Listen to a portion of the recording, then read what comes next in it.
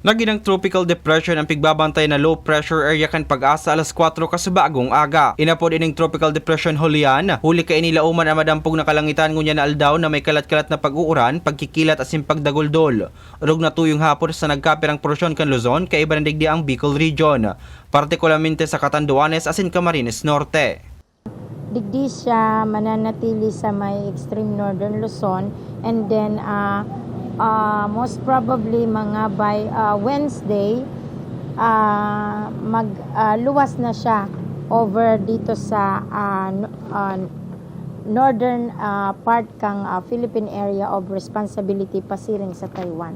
Sigun sa Pag-asa, padagos na makusog si TD Julian asin magiging tropical storm ngunya na banggi o sa agang-aga asin dakol aman ang tsansa na umabot sa typhoon category ngunya na Domingo.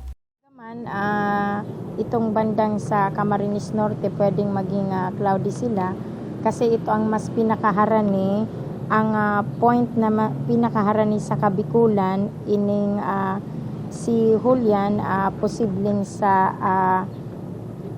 sa Sunday digdi sa may bandang Camarines Norte yung trap niya.